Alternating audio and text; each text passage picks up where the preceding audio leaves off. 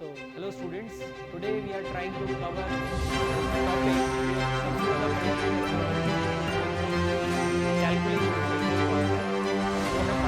तो मास के कई सारे टर्म्स हम लोग यूज कर रहे होते हैं इन द होल चैप्टर, और वो टर्म्स सिमिलर लगते हैं तो बच्चा परेशान हो जाता है टॉपिक्स में। तो सबसे पहले व्हाट इज मास ये समझ लो, फिर क्या डिफिकल्टीज है उस पर हम लोग काम करते हैं। तो मास एक फंडामेंटल प्रॉपर्टी है किसी भी मैटर के लिए।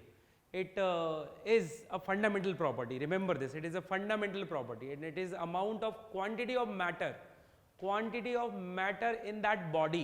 So suppose I am having this pen with me. तो इसमें जो भी मटेरियल है, जो भी मैटर है, इसमें उस मैटर की कितनी क्वांटिटी है, that quantity is given in terms of mass. अभी किसी भी क्वांटिटी को रिप्रेजेंट करना है तो एक सुटेबल यूनिट भी लगता है। तो इसके लिए मास के लिए जो सुटेबल यूनिट है that is kilogram. So SI unit is kilogram, but CGS unit is gram, and we know कि हम अलग अलग चीज़ों के लिए अलग अलग यूनिट्स प्रीफर करते हैं। जैसे अगर मुझे गोल्ड को वे करना है तो गोल्ड के लिए हम ग्राम एंड किलोग्राम से बेटर हम कुछ और टर्म बना लेंगे। तो बैक्टीरिया के लिए अलग चलेगा, वायरस के लिए अलग चलेगा, and it is all about convenience to represent the mass of a body. तो वो कन्वीनियंस के हिसाब से यूनिट्स वी चूज। तो जब छोटे पार्टिकल्स, टाइनी पार्टिकल्स की बात आती है तो उन पार्टिकल्स का मास अगर मुझे बताना है तो gram and kilogram convenient units नहीं बचते। सो आपको याद रखना है, for mass gram and kilogram are the convenient units अगर मैं किसी बड़े ऑब्जेक्ट की बात कर रहा हूँ। But for tiny particles and bacteria and virus, इन सब के लिए gram and kilogram are not the suitable units. तो जो हमारे लिए सुटेबल यूनिट है मास की वो है बेटा एटॉमिक मास यूनिट, जो इसका ओल्ड नेम है, और न्यू नेम इसका है बेटा यूनिफाइड मास। सो AMU ये सबसे ज्यादा फेमस टर्म है, AMU atomic mass unit and unified mass. This is the new term comparatively. तो ये हम लोग यूज करते हैं। सो ये हमने क्यों डेवलप की, what is the need of AMU। तो जो मैंने रीजन बताया आपको, ग्राम and kilogram are not the convenient units to represent the masses of these tiny particles. For example, if I want to write mass of electron, so in kilogram it is 9.1 into 10 raised to minus 31 kilogram, but in AMU it is 0.000549 AMU. या मुझे अगर mass of proton बताना है बेटा, तो mass of proton is 1.673 into 10 raise to minus 27 kilogram, but in AMU it is 1.0072 AMU। तो आप खुद देखो which unit is the convenient unit to represent the masses of these tiny particles. तो gram and kilogram are also correct, but they are not the convenient units. That's why we developed a new unit, और उस unit को हम बोलते हैं atomic mass unit, या new name है इसका यूनिफाइड मास। तो it is just another unit to represent the mass. Gram and kilogram के जैसी ही एक यूनिट है AMU। Okay, now what is 1 AMU। अभी मुझे पता है that 1 kilogram is equal to 1000 gram, 1 gram is equal to 1000 milligram, 1 kilogram is equal to 10 raised to 6 milligram, 1 ton is equal to 1000 kilogram। तो जैसे मुझे ये जो यूनिट्स है मास की, gram, kilogram, ton, milligram, whatever it is, इनका आपस में रिलेशन पता होता है। तो if I want to develop a new unit of mass, तो मुझे उसका रिलेशन भी बाकी यूनिट्स के साथ क्लियर होना चाहिए। तो फर्स्ट ऑफ ऑल इसका डेवलपमेंट कैसे किया हमने, कैसे लेके आए, आसमान से नहीं आया डेफिनेटली। तो ये है क्या actually. So we chose carbon 12 isotope to develop this unit of mass AMU। तो क्या किया हमने, तो 1 AMU is defined as 1/12 mass of an atom of C12 isotope of carbon. तो हमने सीधा कार्बन चूज नहीं किया था, पहले हमने ऑक्सीजन, हाइड्रोजन ये सब भी ट्राई किए हुए हैं, बट उनसे जो मासेज आ रहे थे वो फ्रैक्शनल थे, इसलिए वी प्रिफर्ड कार्बन। और कार्बन में भी कौन सा आइसोटोप है बेटा, that you have to remember, it is carbon 12। We know that carbon has two isotope C12 and C14. C14 is radioactive and C12 is the normal element. So 1 AMU को हमने कैसे ढूंढा, 1 AMU is the 1/12 mass of an atom of carbon. 1 atom of carbon उसका 1/12 मास। सो mathematically हम लोग लिख सकते हैं बेटा 1 AMU is equal to mass of 1 atom of C12 isotope of carbon divide by 12. 1/12 करना तो डेफिनेटली 12 से डिवाइड करना पड़ेगा, and that mass of 1 atom of carbon is 1.99 into 10 raised to minus 23 gram, and when we divide it by 12 we get a new mass 1.66 into 10 raised to minus 24 gram. So basically we can say that 1 AMU is equal to 1.66 into 10 raised to minus 24 gram, or we can convert it into kilogram also. तो ये relation आपको याद कर लेना चाहिए, AMU का origin याद होना चाहिए अपने को, then only we can understand various types of masses we use in mole concept chapter. So first of all mass का डेफिनेशन क्लियर होना चाहिए। अच्छा, मास की जो वैल्यू है वो लोकेशन और चीज़ों पे डिपेंड नहीं करती, because it is quantity of matter of the substance whatever it is. So अगर मैं वेट की बात करूँ तो वेट और mass both are not same. Chemistry में कभी भी कहीं पे भी वेट लिखा हो तो you have to take it as a mass only. So we use the term mass only in chemistry. There is nothing like weight in chemistry. So हमेशा आपको याद रखना है, अगर weight भी लिखा है तो आपको consider करना है that it is a mass. So mass का definition अपने मन में रखिए। Then हमें एक छोटी unit की ज़रूरत है to represent the masses of tiny particles. वो new unit है AMU, और उस AMU को हमने कैसे develop किया है, इसका बाकी जो known units है किलोग्राम एंड ग्राम, उनके साथ क्या रिलेशन है और क्यों है वो रिलेशन, ये मैंने आपको यहाँ समझाने की कोशिश की। अब अलग अलग तरीके से आपको मास के बारे में मिलता है। सबसे ज्यादा जो कंफ्यूजन होता है बच्चों को वो है बेटा मास नंबर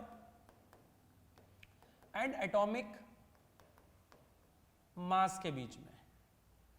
तो ये दोनों सेम है भी और डिफरेंट भी हैं। सो थोड़ा सा पेशेंटली इस चीज को देखिए, समझिए। सबसे पहले मैं एटॉमिक मास को समझाता हूं आपको। तो atomic mass is actually what, mass of one atom, mass of one atom, mass of one atom. और एटम किसका होता है, एलिमेंट का। एटम किसका होता है, एलिमेंट का। तो हमको कैसे बोलना है, मास of one atom of an element is called atomic mass. अभी जैसे कोई मुझसे बोले कि सर आपका मास क्या है, तो मैं क्या बोलूंगा, मेरी किडनी का मास ले लो, मेरे लिवर का मास ले लो, मेरे ब्लड, मेरा बोन्स, सबका मास ले लो, जो भी टोटल आएगा that will be the mass of PS sir. Just like that अगर मुझे एटॉमिक मास मैथमेटिकली कैलकुलेट करना है तो मैं क्या लिखूंगा, summation of mass of protons plus summation of mass of neutrons plus summation of mass of electron. क्योंकि atom में we have 3 subatomic particles, fundamental subatomic particles, protons, neutrons and electrons. So मुझे सारे protons का mass लेना पड़ेगा, सारे neutrons का mass लेना पड़ेगा, सारे इलेक्ट्रॉन्स का मास लेना पड़ेगा, then will get atomic mass thing. So example लेते हैं एक और, थोड़ा क्लैरिटी आएगी। तो मुझे कोई पूछेगा, let's say what is atomic mass of helium.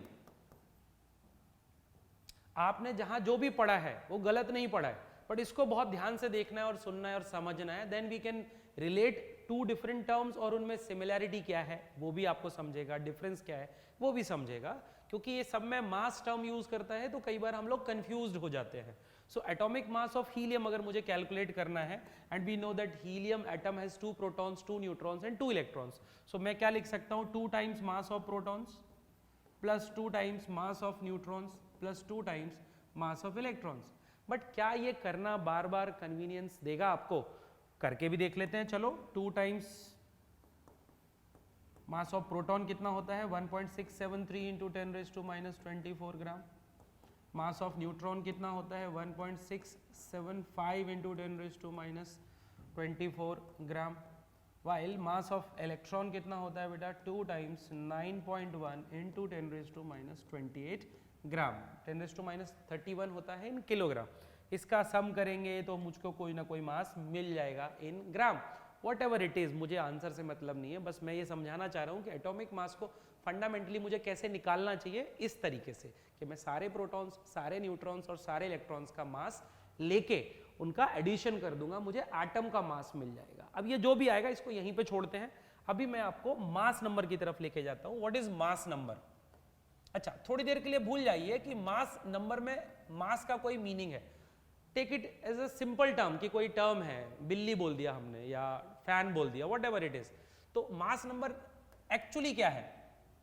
ये है the number of nucleons. Nucleons हम सबको पता है प्रोटॉन्स एंड न्यूट्रॉन्स को एक साथ, जैसे मम्मी और पापा को हम लोग पेरेंट्स बोल देते हैं, वैसे ही एटम के न्यूक्लियस में दो फंडामेंटल पार्टिकल्स हैं बेटा, प्रोटॉन एंड न्यूट्रॉन। इन दोनों को कंबाइंडली हम लोग नाम देते हैं क्या? न्यूक्लियॉन्स। तो मुझे एक्चुअली क्या करना है? The number of nucleons present in the nucleus of an atom. देखो, जितना क्लियरली बोलोगे, जितना क्लियरली लिखोगे और लिख के प्रैक्टिस करोगे, then only you can ready your concept, then you can build your concept. So हमारी सबसे बड़ी प्रॉब्लम क्या है? We don't write while we are practicing. So write that definition at least 10 to 12 times. जब आप पहली बार पढ़ रहे हो, धीरे धीरे ब्रेन उस कॉन्सेप्ट को एब्जॉर्ब कर लेता है। So the number of nucleons present in the nucleus of an atom of an element. लिखिए। बच्चे बोलते हैं सर समझ में नहीं आ रहा। नहीं आ रहा, कोई बात नहीं, still right, keep writing. Writing is the greatest invention of Mankind. याद रखिए, राइटिंग आपकी मेमोरी को एकदम क्लियर बना देता है, ब्लर नहीं रहने देता किसी चीज को। So mass number is the number of nucleons present in one nucleus, present in the nucleus of an atom of an element. इसको हमने बोल दिया बेटा मास नंबर। तो अगर मैं बोल रहा हूं that mass number of helium, तो मुझे पता है it has 2 protons and 2 neutrons, so इसका जो मास नंबर आता है बेटा वो 4 आता है। अगर कोई मुझे बोले मास नंबर ऑफ कैल्शियम, तो इट इज 40, मींस इसमें प्रोटॉन्स और न्यूट्रॉन्स का टोटल नंबर इज 40। तो ये हो गया मास नंबर। सो मास नंबर क्या है? Total number of protons and neutrons. अच्छा, अब ये जो नंबर है ये कभी फ्रैक्शनल नहीं हो सकता, ये कभी फ्रैक्शनल नहीं हो सकता, ये कभी फ्रैक्शनल नहीं हो सकता। It can't be fractional, it is always a whole number, always a whole number. आप खुद से सोचो, कभी किसी एटम में आधा प्रोटॉन या 3/4 प्रोटॉन या 1.2 प्रोटॉन या ऐसा न्यूट्रॉन्स मिल सकता है क्या? होगा तो कंप्लीट प्रोटॉन होगा, होगा तो कंप्लीट न्यूट्रॉन होगा, तो दोनों का सम करोगे तो you will always get a whole number. तो mass number is always a whole number. अब मैं फिर से बोल रहा हूं, इसमें मास टर्म हमने क्यों लगाया था ये मैंने अभी तक नहीं बताया। सो अभी you have to focus on the number of nucleons only. So हमारे पास 2 टर्म्स आ गए बेटा, atomic mass and mass number. अब ये जो एटॉमिक मास की चीज थी,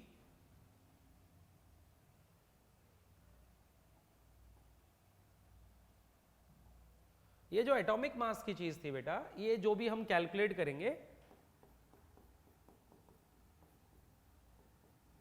इट इज मोस्टली फ्रैक्शनल। इसका होल नंबर में आने का क्या ही चांस है? तो इट इज मोस्टली फ्रैक्शनल। तो पहली चीज, एटॉमिक मास का डेफिनेशन, मास नंबर का डेफिनेशन, ये फ्रैक्शनल हो सकता है, मास नंबर फ्रैक्शनल नहीं होता, it is always a whole number. ये बेसिक डिफरेंस समझ लो। फिर ये दोनों को हम सेम सेंस में क्यों यूज करते हैं और क्यों यूज कर पाते हैं? करते हैं एक अलग चीज है, बट मुझे कौन सी चीज पावर दे रही है? कौन सा मेरे पास सुपर सोल्जर सीरम है जो मुझे ये बोल रहा है कि ये दोनों सेम है? वो भी देख लेते हैं। तो एक टर्म आता है बेटा रिलेटिव मास। ध्यान से सुनते जाना, जितने भी टाइप के मासेस हैं will cover in this lecture. Relative mass, relative मास क्या है भैया? The mass of a particle, कोई भी पार्टिकल जो आपका मन कर रहा है, electron, proton, neutron, what ever it is, mass of a particle with respect to बहुत ध्यान से पढ़ना है, विद रेस्पेक्ट टू व्हाट, जो हमने मास के लिए एक छोटा सा यूनिट डेवलप किया था, छोटा सा एकदम छोटा सा यूनिट जिसका नाम हमने क्या रखा था, AMU। तो किसी भी पार्टिकल का मास अगर मैं कैलकुलेट कर रहा हूं with respect to 1 AMU, that value is called relative mass. Relative mass, तो मुझे अगर रिलेटिव मास निकालनी है किसी भी चीज का, जिस भी पार्टिकल के लिए निकालना है, तो मैं क्या लिखूंगा, उस पार्टिकल का मास इन न्यूमरेटर और उसको डिवाइड कर दूंगा मैं 1 AMU से। अब अगर मुझे रिलेटिव मास निकालना है फॉर एग्जांपल इलेक्ट्रॉन के लिए, ध्यान से देखते जाना, कैलकुलेशन आपने क्लास में पढ़ रखा होता है बट समराइज नहीं करते, ऑर्गेनाइज नहीं करते, इसलिए क्वेश्चंस में अप्लाई करना डिफिकल्ट हो जाता है। एप्लीकेशन बहुत इंपॉर्टेंट है, क्वेश्चन सॉल्व नहीं होगा अगर आपके कॉन्सेप्ट्स क्लियर नहीं है तो। So relative mass of electron मुझे निकालना है, तो ये देगा बेटा मेरे को mass of electron divide by 1 AMU। Now we know the mass of electron, gram में लिख रहा हूं बेटा मैं, और इसको मैं डिवाइड कर रहा हूं 1.66 इंटू 10⁻⁻24 ग्राम, क्योंकि ऊपर जो वैल्यू लिखी है मैंने वो ग्राम में लिखी है, तो 1 AMU का जो भी वैल्यू है वो मैं ग्राम में रखने वाला हूं। इसको सॉल्व कर लेना बेटा, तो आपको एक नंबर मिलेगा, और है ना, अच्छे से लिखता हूं नहीं तो आप कंफ्यूजन ले आते हो। तो इसका कोई यूनिट नहीं है, तो याद रखना है दुनिया में जो भी रिलेटिव क्वांटिटीज आप कैलकुलेट करते हो उनका कोई यूनिट नहीं होता, चाहे वो रिलेटिव मास हो, रिलेटिव चार्ज हो, रिलेटिव डेंसिटी हो, what ever the relative quantity is, इसका कोई यूनिट नहीं होता। रिमेंबर दिस, तो रिलेटिव मास का भी कोई यूनिट नहीं होता। अब इस फॉर्मूला को ध्यान से देखो, रिलेटिव मास के ध्यान से देख लेना, यहां पे किसका फॉर्मूला है, क्या है न्यूमरेटर में, क्या है डिनोमिनेटर में। सो मेरे पास 3 क्वांटिटीज हैं, A, B and C, A, B and C, A, B and C। ध्यान से देखें और लिखें, कई बार लिखें, लेक्चर चलता है तब भी लिखिए। तो अगर मुझे मास ऑफ 1 पार्टिकल निकालना हो with the help of relative mass, तो वो कैसे निकाल सकता हूं मैं?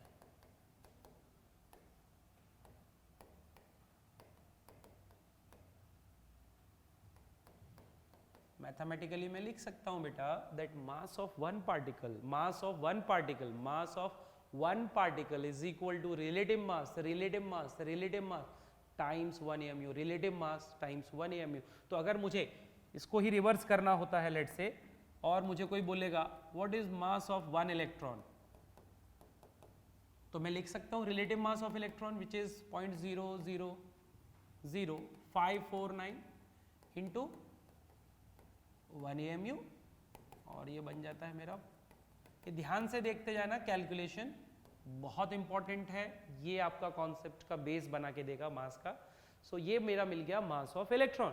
ऐसे ही मैं अलग अलग एलिमेंट्स के लिए रिलेटिव मास निकालूं, तो जैसे मैं आपसे बोलूंगा, एक टर्म मैं यूज कर रहा हूं रिलेटिव एटॉमिक मास, रिलेटिव एटॉमिक मास, रिलेटिव एटॉमिक मास, शॉर्ट में लिख दो राम, रैम, जो भी आपको बोलना हो, रिलेटिव एटॉमिक मास। तो ये क्या है? The mass of one atom, the mass of one atom, but absolute नहीं, with respect to 1 AMU, with respect to 1 AMU, mass of one atom with respect to 1 AMU, mass of one atom with respect to 1 AMU is called relative atomic mass। तो अगर मुझे relative atomic mass निकालना है for example carbon का, किसी के लिए भी निकालो, मेथड तो वही रहेगा रिलेटिव मास का, मास of one particle divide by 1 AMU। यहां मैं कार्बन के लिए लिख रहा हूं, तो मैं क्या लिखूंगा, मास ऑफ 1 एटम ऑफ कार्बन, और इसको डिवाइड कर दूंगा बेटा मैं 1 AMU से। अब मास ऑफ 1 एटम ऑफ कार्बन, तो ये तो एटॉमिक मास ही हो गया बेटा। अब इसको कोई एक्चुअल एटॉमिक मास बोल देता है, कोई एब्सोल्यूट एटॉमिक मास बोल देता है, बट मुझे कुछ बोलने की जरूरत नहीं है, it is atomic mass itself, it is atomic mass itself, atomic mass of carbon, और इसको मैं डिवाइड कर दूंगा बेटा 1 AMU से। Relative atomic mass of carbon अगर मुझे चाहिए तो मैं एटॉमिक मास ऑफ कार्बन लूंगा और उसको 1 AMU से डिवाइड कर दूंगा। अब एटॉमिक मास ऑफ कार्बन हमने थोड़ी देर पहले लिखा था, इफ यू रिमेंबर, AMU का वैल्यू हमको ऑलरेडी पता है बेटा, और अब मैं इसको अगर सॉल्व करता हूँ तो यू विल सी ये आता है around 12. Relative atomic mass of carbon is 12, and coincidentally each carbon atom has 12 nucleons. Coincidentally each carbon atom has 12 nucleons. Each carbon atom has 12 nucleons. ध्यान से सुनिए, relative atomic mass of carbon is 12 and इसके पास 12 nucleons हैं. 12 relative atomic mass, 12 number of nucleons, 12 relative atomic mass, 12 number of nucleons. That's why we termed that number of nucleons as mass number, because it is representing, it is numerically equal to, the number of nucleons is equal to the numerical value of relative atomic mass. Relative atomic mass, और ऐसा सिर्फ carbon में नहीं हो रहा, सब जगह हो रहा है. किसी भी एलिमेंट के लिए उठा के देख लेना, उसके रिलेटिव एटॉमिक मास की जो वैल्यू है और नंबर ऑफ न्यूक्लियॉन्स है वो अप्रोक्सीमेटली सेम आती है. इसीलिए नंबर ऑफ न्यूक्लियॉन्स को हमने नाम दे दिया क्या? नंबर ऑफ न्यूक्लियॉन्स को नाम दे दिया क्या? Mass number. Mass number. तो relative atomic mass and mass number they are approximately same. ये बात आपके दिमाग में अभी तक बैठ चुकी होगी. तो अभी एटॉमिक मास सेम ले लेते हैं, mass number and relative atomic मास, ये तीन टर्म्स मैंने आपको समझाने की कोशिश की अच्छे से. देन आता है मॉलिक्यूलर मास. ये तो नाम से ही समझ में आ रहा है यार, the mass of one molecule. अब मॉलिक्यूल किसका होता है? एलिमेंट या कंपाउंड? मॉलिक्यूल किसका होता है? एलिमेंट या कंपाउंड? तो बेटा दोनों का होता है.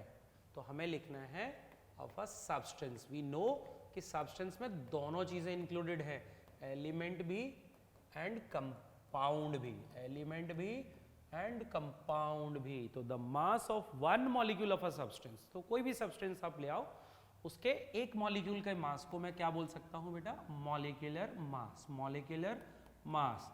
तो अगर मुझे चाहिए molecular mass of dioxygen, dioxygen O2, तो मैं कैसे करने वाला हूं बेटा? इसमें ऑक्सीजन के दो एटम्स हैं, एक एटम का मास यानी कि एटॉमिक मास ऑफ ऑक्सीजन हमको पता है. अच्छा, आपको ये पता है number of atoms in a molecule is called atomicity. So यहाँ ऑक्सीजन की एटॉमिसिटी 2 है, एक मॉलिक्यूल में दो एटम्स हैं ऑक्सीजन के, तो इसको मल्टीप्लाई कर देंगे बेटा, इट इज 32 AMU. तो ये तो एक सिंपल टर्म है, इसमें ऐसा कुछ नहीं है. आप अलग अलग टाइप के मॉलिक्यूल्स लिखिए, उनका मॉलिक्यूलर मास निकालने का प्रैक्टिस जरूर करिए. मॉलिक्यूल लिखिए, मॉलिक्यूलर मास निकालिए, इसको हल्के में ना लें. अब मुझे अगर लिखना है बेटा relative molecular mass, relative molecular mass, relative molecular mass, again relative word लग गया, मतलब अब मैं मॉलिक्यूलर मास निकालूंगा but with respect to 1 AMU. फिर से बोल रहा हूं, molecular mass with respect to 1 AMU. तो क्या लिखूंगा? The molecular mass of a substance, but ये एब्सोल्यूट नहीं रहा, substance with respect to 1 AMU, with respect to 1 AMU, with respect to 1 AMU. तो अगेन जैसे हमने रिलेटिव एटॉमिक मास निकाला था, वैसे ही मुझे क्या निकालना है? रिलेटिव मॉलिक्यूलर मास. इसको शॉर्ट में हम लिख सकते हैं RMM. RMM. तो ये क्या बन जाएगा मेरे लिए? Relative molecular mass is equal to बेटा मॉलिक्यूलर मास अपॉन 1 AMU. तो अगर मुझे relative molecular mass for example oxygen का ही निकालना है, तो मैं क्या लूंगा? ऑक्सीजन का molecular mass which is 32 AMU, और इसको मैं डिवाइड कर दूंगा AMU. कितना आया बेटा? 32 ओनली. अब ये रिलेटिव मॉलिक्यूलर मास मुझे बताना क्या चाह रहा है? मुझे ये बताना चाह रहा है that one molecule of oxygen, dioxygen, is 32 times heavier than 1 AMU. तो जब मैं रिलेटिव मास निकालता हूं तो मुझे पता चलता है कि कोई भी गिवन पार्टिकल 1 AMU के रेस्पेक्ट में कितना हैवी है, यानी कि 1/12 ऑफ कार्बन एटम उसके रेस्पेक्ट में वो कितना हैवी है। तो 1 molecule of O2 is 32 times heavier than 1 AMU, ये आपको याद रखना है। तो रिलेटिव मॉलिक्यूलर मास हो गया। अगेन अगर आपको रिलेटिव मॉलिक्यूलर मास पता है तो आप मॉलिक्यूलर मास बता सकते हो, मॉलिक्यूलर मास पता है तो आप रिलेटिव मॉलिक्यूलर मास बताते हो। न्यूमेरिकली तो सेम ही है। तो आपने देखा molecular mass of oxygen was 32 AMU but relative molecular mass is 32। Relative का यूनिट नहीं होता। तो कई बार बच्चों से पूछते what is molecular mass of oxygen, बच्चा बोलता है 32। तो आप गलत भी हो आप सही भी हो, आप गलत हो conceptually but it is 32 AMU। So conceptually सही होना और सिर्फ सही होने में बहुत डिफरेंस होता है। For JEE and NEET you have to be very very clear with the units you are using, क्योंकि कई बार बच्चों के क्वेश्चंस सिर्फ इस वजह से गलत हो जाते हैं that they are not selecting और यूजिंग प्रॉपर यूनिट। तो ये ध्यान रखना है आपको हमेशा, कोई भी चीज पढ़ रहे होगे अगर उसका यूनिट है तो वो प्रॉपर यूनिट लिखना है। अगेन मल्टीपल टाइम्स लिखने से आपकी मेमोरी बूस्ट होगी, लिखने से आपकी मेमोरी बूस्ट होगी, सिर्फ पढ़ के चीजें याद नहीं रहती। So this is your relative molecular मास। अब हम मास को थोड़ा सा पॉज देंगे और एक नया टर्म हमको पढ़ना है, वो है एवोगैड्रोस नंबर। तो फिर हम मास के एक अगले पार्ट पे पहुंच पाएंगे, एवोगैड्रोस नंबर, और इसको हम दिखाते हैं बेटा n for number and subscript में हम लिख देते हैं एवोगैड्रो का a, Avogadro's number, Avogadro's number. ये क्या है बेटा? नंबर है, ये तो समझ में आ रहा है अपने को, बट है क्या? द नंबर ऑफ पार्टिकल्स, और सीधा डेफिनेशन देता हूं पहले, the number of atoms present in 12 gram of 12 gram, कितना मास यूज कर रहे हैं हम लोग? 12 gram, 12 gram of C12 isotope, C12 isotope of carbon, C12 isotope of carbon, C12 isotope of carbon. So मुझे 12 ग्राम कार्बन लेना है और उसमें काउंट करने हैं कि मेरे पास कितने एटम्स। अब counting is not possible physically, तो मैथमेटिकली कर लेते हैं। तो हम लिख सकते हैं बेटा Avogadro's number, Avogadro's number is equal to mass of carbon, जो भी हमको यूज करना है, divide by mass of 1 atom of carbon. Number कैसे निकालोगे भाई?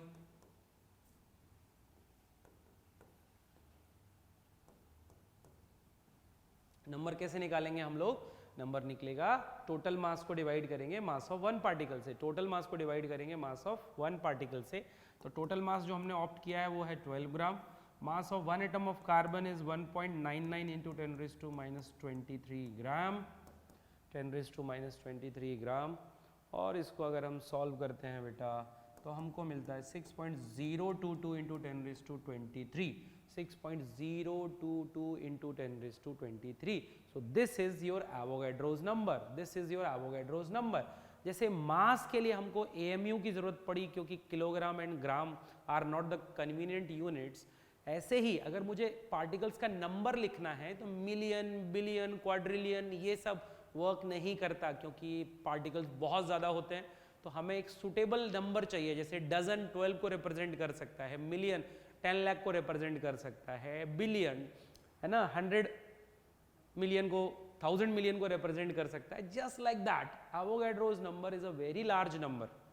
तो मुझे ये डेवलप करना पड़ा सो दैट हम मिलियन, बिलियन, ट्रिलियन जो छोटे यूनिट्स पड़ जाते हैं for giving the numbers of these particles, तो मुझे एक नया यूनिट, नया नंबर चाहिए था, उसको हमने नाम दे दिया एवोगैड्रोस नंबर। इसकी वैल्यू आपको याद हो जानी चाहिए 6.022 इंटू 10⁻23, 6.022 इंटू 10⁻23। रिपीट करिए मेरे साथ 6.022 इंटू 10⁻23, 6.022 इंटू 10⁻23। अब ये हमने क्यों पढ़ा देखते हैं। तो जो मैंने बोला था आपको पॉज के बाद वापस आएंगे, आ गए हैं भाई, ग्राम एटॉमिक मास पढ़ लेते हैं। अब बहुत सारे जगह आप बच्चा देखता है कि ये एटॉमिक मास इन ग्राम है, तो ये अगेन सही भी है और गलत भी है। Conceptually it is wrong, it is not atomic mass, it is the mass of Na atoms, Avogadro's number of an element. तो ये तो बहुत अलग बात हो गई यार। एटॉमिक मास, अगर मैं सिर्फ एटॉमिक मास टर्म यूज कर रहा हूँ, इसका मतलब मैं एक एटम के मास की बात कर रहा हूँ, बट ग्राम एटॉमिक मास में एक एटम का मास है ही नहीं। यहाँ तो Na एटम्स का मास है, Na एटम्स का मास है भाई, Na एटम्स का मास है। अब मुझे अगर पता हो कि एक एटम का मास x है, तो 10 एटम्स का मास कितना लिख सकता हूँ, 10x। 100 एटम्स का मास कितना लिख सकता हूँ, 100x। और 1000 एटम्स का मास लिखूंगा 1000x। कितना सिंपल है।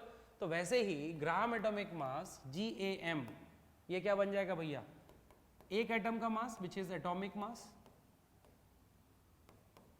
Into Avogadro's number. तो जितने भी एटम्स का मास चाहिए एक एटम के मास में, उस नंबर से मल्टीप्लाई कर दो। ग्राम एटॉमिक मास में strictly it is mass of Na atoms, तो Na से मल्टीप्लाई कर देंगे। अब मुझे किसी का भी ग्राम एटॉमिक मास चाहिए, for example gram atomic mass of oxygen, gram atomic mass of oxygen. Oxygen का एटॉमिक मास बेटा कितना होता है, 16 AMU, और Na का वैल्यू, अच्छा ये भी बड़ी अच्छी चीज है भाई, इन दोनों का जो मल्टीप्लीकेशन आता है आप करके देख लेना बाद में, इट इज 1 ग्राम पर मोल, 1 ग्राम पर मोल, 1 AMU into Avogadro's number gives us 1 ग्राम पर मोल। तो ये बन जाता है 16 ग्राम पर मोल, 16 ग्राम पर मोल। अब अगेन क्योंकि ये वैल्यू भी मास नंबर एंड एटॉमिक मास के लिए न्यूमेरिकली इक्वल है और इसकी यूनिट क्या आई है, ग्राम, इसलिए साइंटिस्ट ने नेम रख दिया ग्राम atomic mass. But gram atomic mass is not the mass of one atom. Atomic mass is mass of one atom. Relative atomic mass is mass of one atom. But gram atomic mass is not the mass of one atom. Remember this. जो सबसे बड़ा confusion भर जाता है बच्चे के मन में वो यही है कि ग्राम एटॉमिक मास भी वन एटम के मास को रिप्रेजेंट कर रहा है। ऐसा नहीं है, ये Na एटम्स के मास को रिप्रेजेंट करता है। Just like this, we can write gram molecular mass. आप फुल फॉर्म लिख लेना, ग्राम मॉलिक्यूलर मास। अब ये क्या हो जाएगा, समझ गए होगे आप लोग, the mass of Na molecules, Na molecules, the mass of Na molecules of a substance. तो कोई भी सब्सटेंस उठा लो, चाहे वो एलिमेंट हो, कंपाउंड हो, कोई फर्क नहीं पड़ता बेटा। मैथमेटिकली मैं कैसे लिखूंगा, gram molecular mass is equal to molecular mass which represents mass of one molecule, gram molecular mass into Avogadro's number. Gram molecular mass बेटा किसी भी पार्टिकल के लिए निकालो, ग्राम मॉलिक्यूलर मास ऑफ H2SO4, तो मुझे पता है molecular mass of H2SO4 is 98 AMU, और इसको हम मल्टीप्लाई कर रहे होते हैं बेटा एवोगैड्रोस नंबर से, तो ये आता है बेटा 98 ग्राम पर मोल, 98 ग्राम पर मोल। इनका प्रोडक्ट कितना था, 1 ग्राम पर मोल, भूलना नहीं है 1 ग्राम पर मोल। 1 AMU into Avogadro's number, 1 AMU into Avogadro's number gives us 1 ग्राम पर मोल। सो 98 ग्राम पर मोल, 98 ग्राम पर mole is the gram molecular मास। ऐसे आप किसी भी कंपाउंड, किसी भी एलिमेंट जिसका मॉलिक्यूल होता हो उसके लिए आप ग्राम मॉलिक्यूलर मास निकाल सकते हो। अब ये आप फिगर आउट करो, व्हाट इज ग्राम आयोनिक मास, क्या होगा बताओ, it is the mass of Na ions. अब आयन मोनोएटमिक भी हो सकता है, आयन पॉलीएटमिक भी हो सकता है, like ammonium ion, sulphate ion, what ever it is.